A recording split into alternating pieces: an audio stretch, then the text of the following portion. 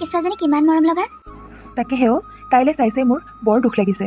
সঁচাকে দেই, এই পৃথিৱীখনত যে কি কি ঘটি নাথাকে নহয়। মই বাৰু সেই মানুহজনীক আগতেও দেখা পাওঁ, ৰাস্তাই ঘাটে প্ৰায় পৰি থাকে। কোৱা শুনিছোঁ তাই হেনো ককাইহঁতো আছে। ককাইহঁত বাৰু ইয়াত নাথাকে, থকা হ'লেও ক'তনো চাগে এই মাইনাজনীক নিজৰ আপোন কৰি ল'লেহেঁতেন। ছাৰ, এটা কাম কৰিব পৰা যায়। এই কথাটো যদি আমি নিউজ চেনেল এটাক দি দিওঁ, তেতিয়াহ'লে নিউজ এটা কৰি দিব পাৰিব। নাই নাই নাই, এইবিলাক কৰি একো লাভ নাই। কত কিমান এনেকুৱা নিউজ সদায়ে বাজি থাকে।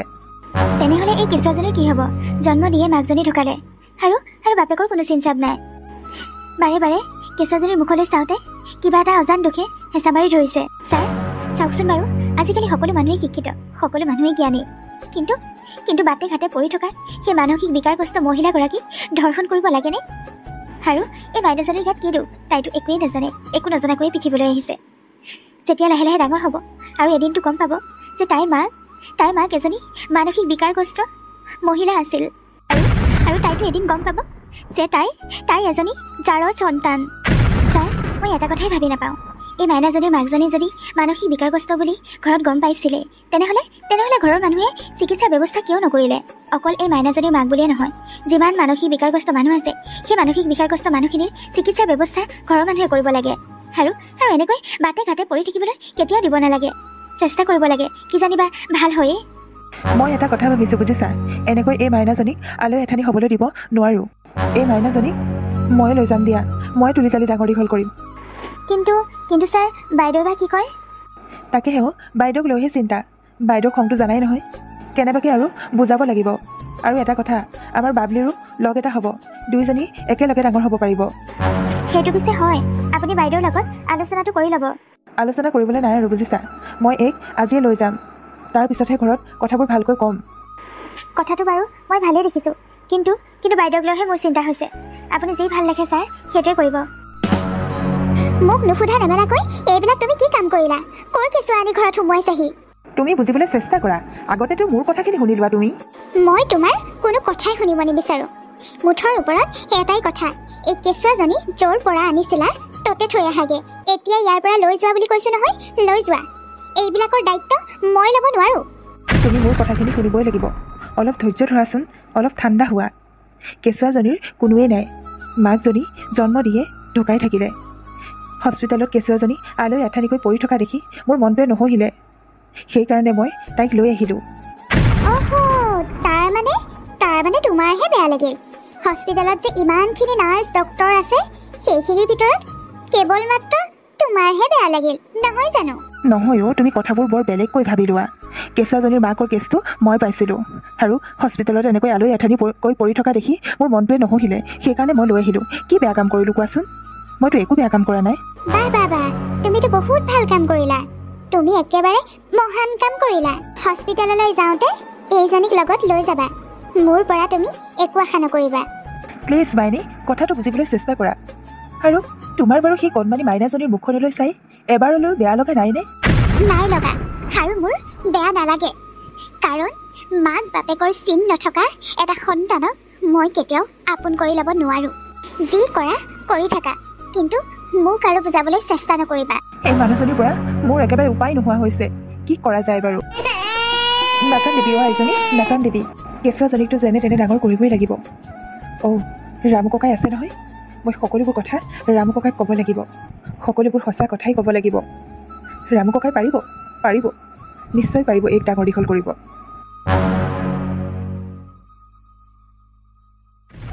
অ' মহাৰাণী, ভৰিৰ ওপৰত ভৰি তুলি বহি থাকিবলৈ আহিছ? অতকাল যে কাপোৰ ধুবলৈ আছে, কোনে ধুব?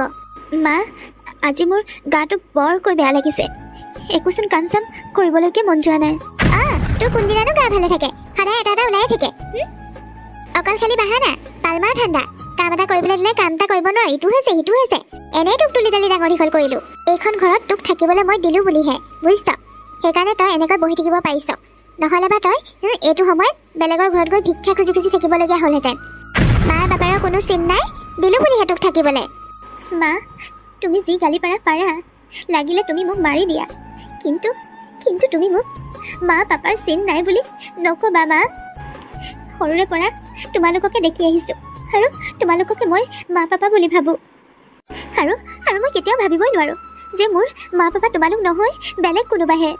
ঐ ছোৱালী, তোক মই কৈছিলোঁ নাই বাৰে বাৰে মোক মা মা বুলি কৈ নাথাকিবি এইবিলাক ইম'চনেল কথা মোৰ আগত কৈ নাথাকিবি যা বাবলি আৰু মোৰ কাপোৰবোৰ দমাই থোৱা আছে ধুগৈ আৰু শুন গা বেয়া হৈছে বুলি মোক এটা কথা নকবি আইজনী তুমি এই মাৰ কথাত মন বেয়া নকৰিবা মাজনী তেনেকুৱাই বুজিছা কেতিয়াবা দেখিবা বৰ মৰম কেতিয়াবা দেখিবা বৰ খং তুমি এইবিলাক কথা ধৰি নাথাকিবা ৰামু ককা মই তোমাক এটা কথা সুধিম সঁচা সঁচা ক'বা কিন্তু কি কথা সুধিবানো ৰামু ককা সেয়া মোৰ আচল মা পাপা নহয় নেকি আইজনী এইবিলাক তুমি কি কথা কৈছা এনে মিছাকে বাইদেউজনীয়ে কৈ থাকে তোমাক নহয় তুমি ইয়াৰে ছোৱালী এইখন ঘৰৰে ছোৱালী নহয় ৰামু ককা এইখন ঘৰৰ ছোৱালী মই নহয় এয়া যদি মোৰ আচল মা হ'লহেঁতেন তেনেহ'লে মোক ইমান কষ্ট নিদিয়ে ৰামু ককা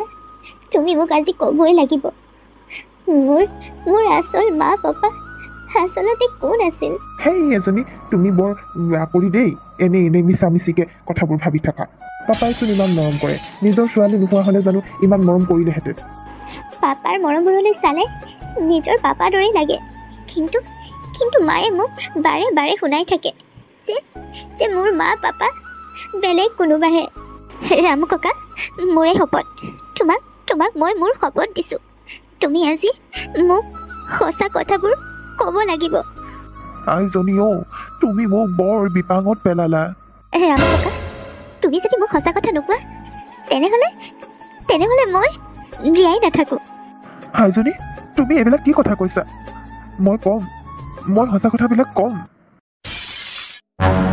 মা তুমি যে ভণ্টি ইমানকৈ কিয় কাম কৰাই থাকা বাৰু তোমাৰ অকণো বেয়া নালাগেনে এনি টাইম ভণ্টি কৈ নাথাকিবি সেইজনী তোৰ আচল ভণ্টি নহয় মা তুমি যে সদায় মোক কৈ থাকা আৰু তাইকো কৈ থাকা তুমি আচলতে খঙত পোৱা নে সঁচাকৈ কোৱা কথাবিলাক সঁচাকৈয়ে কৈছোঁ সেইজনী তোৰ আচল ভণ্টি নহয় আৰু আমি তাইৰ আচল মাক বাপেক নহয় মা তুমি সঁচাকৈ কৈছানে তোৰ শপত খাই কৈছোঁ সঁচাকৈয়ে কৈছোঁ ভণ্টি আমাৰ ঘৰৰ ছোৱালী নহয় আৰু মোৰ নিজৰ ভণ্টি নহয় তোমালোক তাইৰ আচল মা পাপাও নহয় তেনেহ'লে তাইৰ আচল মা পাপা কোন হয় মা তাইৰ আচল মা পাপা কোন হয় ময়ো নাজানো আৰু পাপায়ো নাজানে মুঠতে হস্পিটেলত তাইৰ জন্ম হৈছিলে আৰু মাকজনী জন্ম দিয়ে ঢুকাই থাকিল সেইকাৰণে পাপাই তাইক আমাৰ ঘৰলৈ লৈ আহিলে পাপাই তোক কথাবিলাক ক'বলৈ মানা কৰিছিলে সেইকাৰণে ইমান দিনে মই তোক কোৱা নাছিলোঁ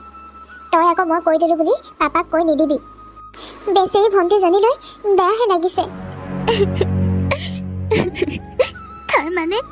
তাৰমানে ৰামু ককা মায়ে কোৱা কথাবোৰ সঁচা আছিল অতদিনে মই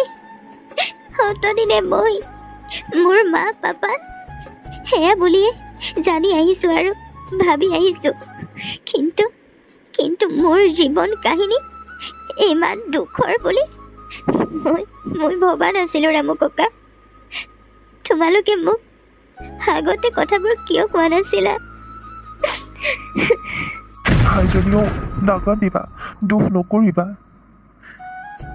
বৰঞ্চ তুমি ভগৱানক ধন্যবাদ দিয়া যে তুমি জন্ম হোৱাৰ পিছতে এনেকুৱা এজন মহান ব্যক্তিক লগ পালা যিজনে তোমাক এইখন ঘৰলৈ লৈ আহিলে নহ'লে বা তোমাৰ জীৱনটো ইয়াতকৈও বহুত দুখৰ হ'লহেঁতেন ৰামু ককা মাজনী বাৰু দেখিবলৈ কেনেকুৱা আছিল মোৰ মাক চাবলৈ বৰ মন গৈছে ৰামু ককা ভগৱান বাৰু ইমান নিষ্ঠুৰ হ'ব লাগেনে আজি যদি মা জীয়াই থাকিলেহেঁতেন তেনেহ'লে মই পৃথিৱীৰ যিমান ভাল ভাল ডক্তৰ আছে সিমানজনৰ ওচৰলৈ লৈ গ'লোহেঁতেন কি জানিবা মা ভালেই হ'লহেঁতেন ৰামু ককা মা বাৰু দেখিবলৈ মোৰ দৰে আছিল নেকি সকলোৱে চাগে মোৰ মাক পাগলী বুলি জোকাই ৰামু ককা ভগৱানে বাৰু মানুহবিলাকক কিয় পগলা কৰি দিয়ে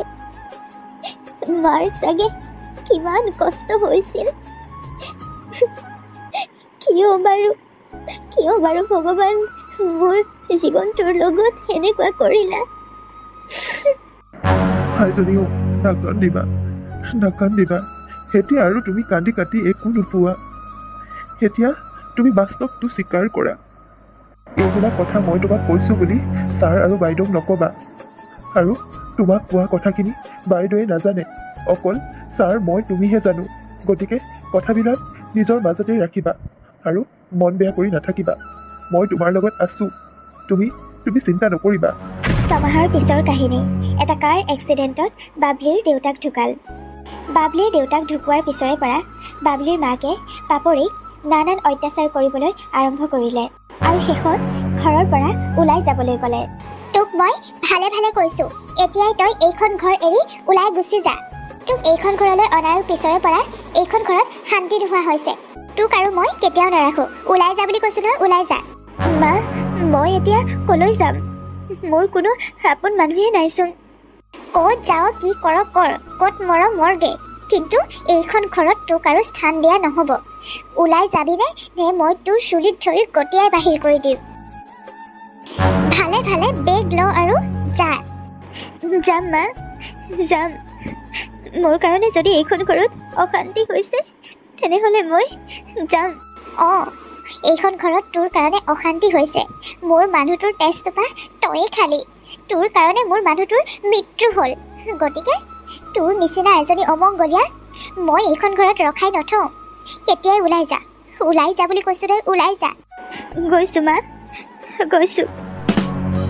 পাপৰিয়ে এনেদৰে ৰাতিপুৱাৰে পৰা অনাই বনাই ঘূৰি ফুৰিলে, কিন্তু তাই ক'তো থাকিবৰ কাৰণে ঠাই অকণ নাপালে। শেষত ৰামু ককাৰ ঘৰলৈ বুলি বাট ল'লে।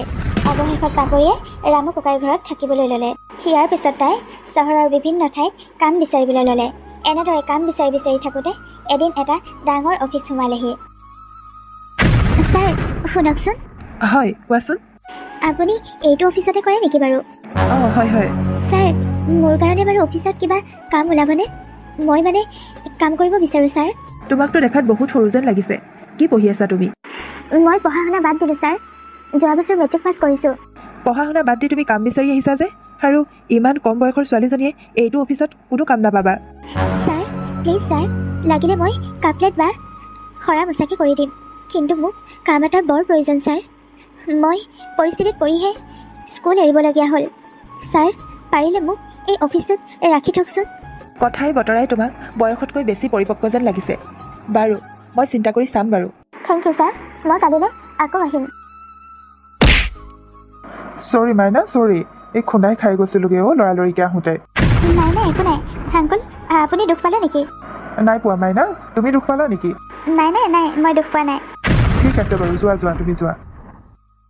আৰে, তই দেখিছোঁ দিনক দিনে ডেকাহে হৈ পৰিছ।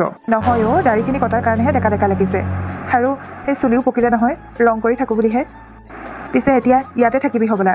অঁ, ইয়াতে থাকিম বুলি ভাবিছোঁ। কিমান আৰু অসমৰ বাহিৰত গৈ থাকিমগৈ। তাকেহে অ', সেইকাৰণে ময়ো গুচি আহিলোঁ। কি হ'ল, তোৰ মনটো বেয়া নেকি? এই অকণমানি ছোৱালীজনী ক'ৰ আছিলে? তাই সেই কাম বিচাৰি আহিছিল। কিবা বোলে পৰিস্থিতিত পৰি তাই কাম কৰিবলগীয়া হৈছে। যোৱা বছৰ বোলে মেট্ৰিক পাছ কৰিছেহে, তেনেই সৰু ছোৱালী। যেনে তেনে কৰি বোলে এই অফিচটোতে সৰা মচা বা বাচন ধোৱা কিবা এটা হ'লেও দিবলৈ কৈছে। মই বোলো চাই লওঁ বাৰু। আচলতে ছোৱালীজনী বয়সতকৈ কথা বতৰাবিলাক বেছি পৰিপক্ক। সেইকাৰণে মই কাইলৈৰ পৰা মাতিছোঁ, কিবা এটাত সোমোৱাই দিব লাগিব। ঐ, তই কিন্তু মানুহটো আগতকৈ বহুত ভাল হ'লি দেই। তইতো আগতে বহুত উদণ্ড আছিলি, এতিয়া দেখোন মানুহৰ দুখবিলাক বুজি পোৱা হ'লি। আচৰিত কথা। উদণ্ড আছিলোঁ মানে অতিপাত উদণ্ড আছিলোঁ। আচলতে মই আগতে বহুত বেয়া মানুহ আছিলোঁ। আগতে কৰা কিছুমান ভুলৰ শাস্তি মই এতিয়া পাইছোঁ। আৰু আগতে কৰা কিছুমান ভুল মোৰ মনলৈ বৰ বেয়াকৈ আহি থাকে, যিবোৰে মোক খাব নিদিয়ে, শুব নিদিয়ে। বন্ধু, তুমি কি কথা কৈ আছা?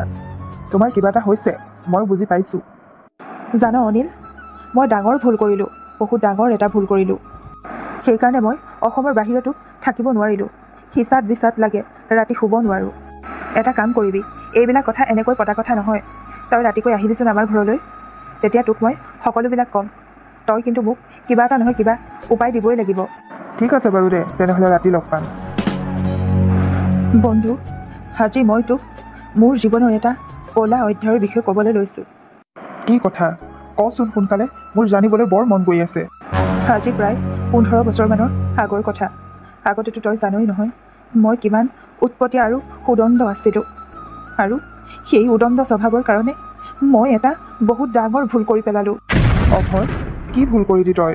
সিদিনাখন মই বহুত ড্ৰিংকছ কৰি আছিলোঁ আৰু ড্ৰিংকছ কৰি ঘৰলৈ বুলি আহি থাকোঁতে বাটতে দেখিলোঁ এজনী ছোৱালী মানে এজনী পাগলী ছোৱালী আৰু নিচাৰ জালত মই সেই ছোৱালীজনীৰ লগত নকৰিবলগীয়া কাম কৰি পেলালোঁ।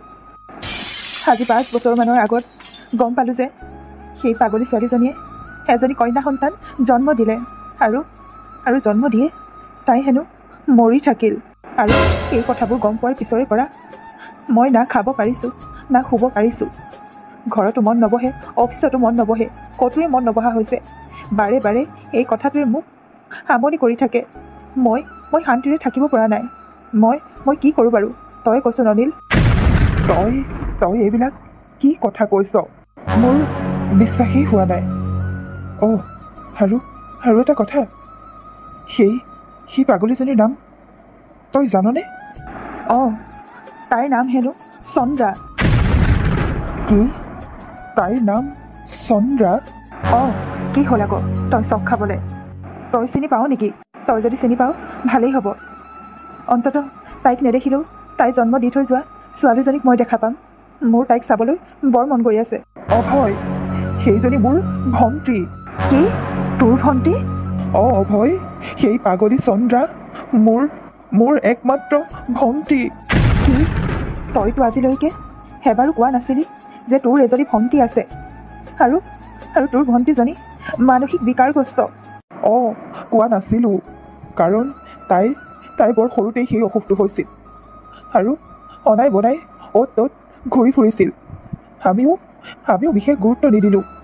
য'ত যায় কি কৰে সেইবিলাকৰ খবৰ খাতি একেবাৰে লোৱা নাছিলোঁ। কাৰণ মানুহৰ আগত আমাৰ তাইক চিনাকি দিবলৈ লাজ লাগিছিল। সেইকাৰণে তাইক আমি কোনোদিনে আমাৰ ঘৰৰ সদস্য বুলি ভবা নাছিলোঁ আৰু মানুহৰ আগত তাইৰ কথা লুকুৱাই ৰাখিছিলোঁ।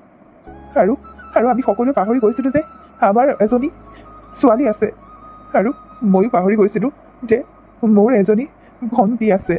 কিন্তু অভয়, তই সেইটো কাম কৰিব নালাগিছিল। তোক মই কি কৰোঁ? অনিল, মোক চোৱাৰ আগতে তই নিজকো এবাৰ চা। তই শুদ্ধ কৰিলিনে? নিজৰ ভণ্টীজনী পাগলী হ'ল বুলিয়ে অনাই বনাই ঘূৰি ফুৰিবলৈ দিলি। তোৰ কি দায়িত্ব জ্ঞান নাছিল? তোৰ দায়িত্ব থকা হ'লে তই তাইক তেনেকৈ অনাই বনাই ঘূৰিবলৈ নিদিলিহেঁতেন। আৰু সিদিনাখন চাগে ময়ো তাইক লগ নাপালোঁহেঁতেন আৰু মোৰ লগতো সেই ঘটনাটো নঘটিলহেঁতেন। আমি পাপ কৰিছোঁ, তয়ো পাপ কৰিছ আৰু ময়ো পাপ কৰিছোঁ। ভগৱানে আমাক কেতিয়াও ক্ষমা নকৰে। আমি ইয়াৰ শাস্তি এদিন নহয় এদিন ভুগিবই লাগিব। আমি ভুল দুয়োটাই কৰিছোঁ, কিন্তু মই বহুত ডাঙৰ ভুল কৰিছোঁ, সকলোতকৈ ডাঙৰ। মই এটা মহাপাপী, মই এটা নৰপিশাচ। মই এটা কথা ভাবিছোঁ, চন্দ্ৰাৰ ছোৱালীজনীক আমি বিচাৰিব লাগিব। য'তেই নহওক কিয় বিচাৰিবই লাগিব। অভয়, তই ঠিকেই কৈছ। আমি অতি সোনকালে চন্দ্ৰাৰ ছোৱালীজনীক বিচাৰিব লাগিব। তাৰমানে অফিচত কাম বিচাৰি অহা আৰু এতিয়া অফিচত বাচন বৰ্তন ধুই থকা সেই কণমানিজনী চন্দ্ৰাই জন্ম দিয়া ছোৱালীজনী। অভয়, সেই ছোৱালীজনী তোৰ আৰু চন্দ্ৰাৰ ছোৱালী। ৰামু ককা, এই মানুহ দুজনে সেইবিলাক কি কথা কৈ আছে? মই একো ধৰিবই পৰা নাই। তেওঁলোকে কোৱা কথাবোৰ সঁচা নেকি ৰামু ককা? হাইজনীও, তোমাৰ পৰানো কি লুকুৱাম? সেই মানুহ দুজনে কোৱা কথাবিলাক সঁচা কথা। কি? আপোনাৰ এবাৰো লাজ লগা নাই? মোৰ সন্মুখত এনেদৰে থিয় দিবলৈ আপোনাৰ লাজ লাগিব লাগিছিল। আপুনি মোৰ মাৰ হত্যাকাৰী। আপোনাক মই কি কৰোঁ বাৰু? মই জানো মই বহুত পাপ কাম কৰিলোঁ আইজনী। একদম চুপ থাকক। আপুনি মোক আইজনী বুলি মাতিব নালাগে। আপোনাৰ মুখত আইজনী শব্দটোৱে শোভা নাপায়। আপুনি এটা পপীয়া, নৰপিশাচ, মানুহৰূপী এটা দানৱ। মোৰ চকুৰ আগৰ পৰা আপুনি এতিয়াই আঁতৰি যাওক, নহ'লে কিন্তু মই চিঞৰ বাখৰ লগাই হুলস্থুল কৰি দিম। হাজনীও, ৰ'ব আছোঁ, অকণমান ধৈৰ্য ধৰা। মোক ধৈৰ্য ধৰিবলৈ ক'বলৈ আপোনাৰো লাজ লাগিব লাগিছিল। আপুনি আপুনি নিজৰ ভণ্টিক চিনি নাপালে। নিজৰ ভণ্টিজনীক মৃত্যুৰ মুখলৈ আপুনি কেনেকৈ ঠেলি দিব পাৰিলে? এবাৰো বেয়া নালাগিল? মোৰ ভুল হৈ গ'ল। মই ডাঙৰ ভুল কৰিলোঁ। সেইকাৰণে মই তোমাৰ ওচৰলৈ আহিছোঁ। মোৰ লগত তোমাক লৈ যাম। তোমাৰ যি মন যায় তাকে কৰিব পাৰিবা। তোমাৰ পঢ়িবলৈ ইচ্ছা গ'লে তুমি পঢ়িব পাৰিবা। সকলো খৰচ মই বহন কৰিম। তুমি আৰু য'ত ত'ত কাম বিচাৰি হাবাথুৰি খাব নালাগে। তোমাৰ এইটো সময় পঢ়াৰ বয়স, কাম কৰাৰ বয়স নহয়। আপুনি যে আৰু কি কথা কয়? নিজৰ ভনীয়েকজনীৰ দায়িত্বকে ল'ব নোৱাৰিলে আৰু এতিয়া আপুনি মোৰ দায়িত্ব ল'ব। শুনক, মই মোৰ দায়িত্ব নিজেই ল'ম আৰু ভালে ভালে আপোনালোক ইয়াৰ পৰা গুচি যোৱাটোৱে ভাল হ'ব। তাইৰ গাত দুখ নাই, তাইৰ অন্তৰত বহুত দুখ পালে। গতিকে তাইৰ জেগাত থাকিবলৈ দিয়া আৰু তোমালোকৰ জেগাত থাকা। বুজিছোঁ, মই বহুত ডাঙৰ পাপ কৰিলোঁ। মইতো ইয়াৰ শাস্তি পামেই আৰু মোৰ শাস্তি পালেহে ভাল লাগিব। ৰামু ককাই, মাজে মাজে মই তোমালৈ পইচা পঠিয়াম, তুমি কিন্তু নোলোৱাকৈ নাথাকিবা। আৰু তাই নজনাকৈয়ে মাজে মাজে মই খবৰ ল'বলৈ আহিম। তুমি খালি খবৰবোৰ মোক দি থাকিবা। পাপৰি এতিয়া ডাঙৰ হ'ল। তাই নিজেই কষ্ট কৰি পঢ়া শুনা কৰিলে আৰু এতিয়া এখন বিদ্যালয়ৰ শিক্ষয়িত্ৰী হিচাপে কৰ্মৰত। তাই এতিয়া ৰামু ককাইৰ লগতে থাকে। ৰামু ককাইৰ আগৰ ঘৰটো ভাঙি তাই এটা ধুনীয়া ঘৰ সাজি দিলে। হৈ যোৱা ঘটনাবিলাক তাই পাহৰিবলৈ চেষ্টা কৰিছে আৰু এটা নতুন জীৱনৰ বাবে নিজকে সাজু কৰি তুলিছে। আৰু এই যেন হৈছে তাইৰ সাহস, তাইৰ প্ৰেৰণা, যাৰ হাতত হাত ধৰি তাই আগুৱাই যাব বিচাৰে।